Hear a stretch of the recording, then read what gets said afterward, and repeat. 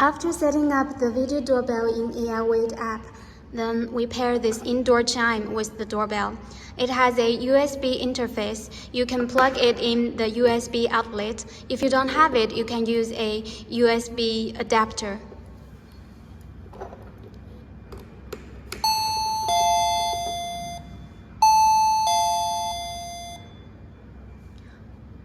There's only one button on the chime, the pair button. Press the pair button. It will flash blue. Ring the doorbell while the chime flash blue, then they will pair.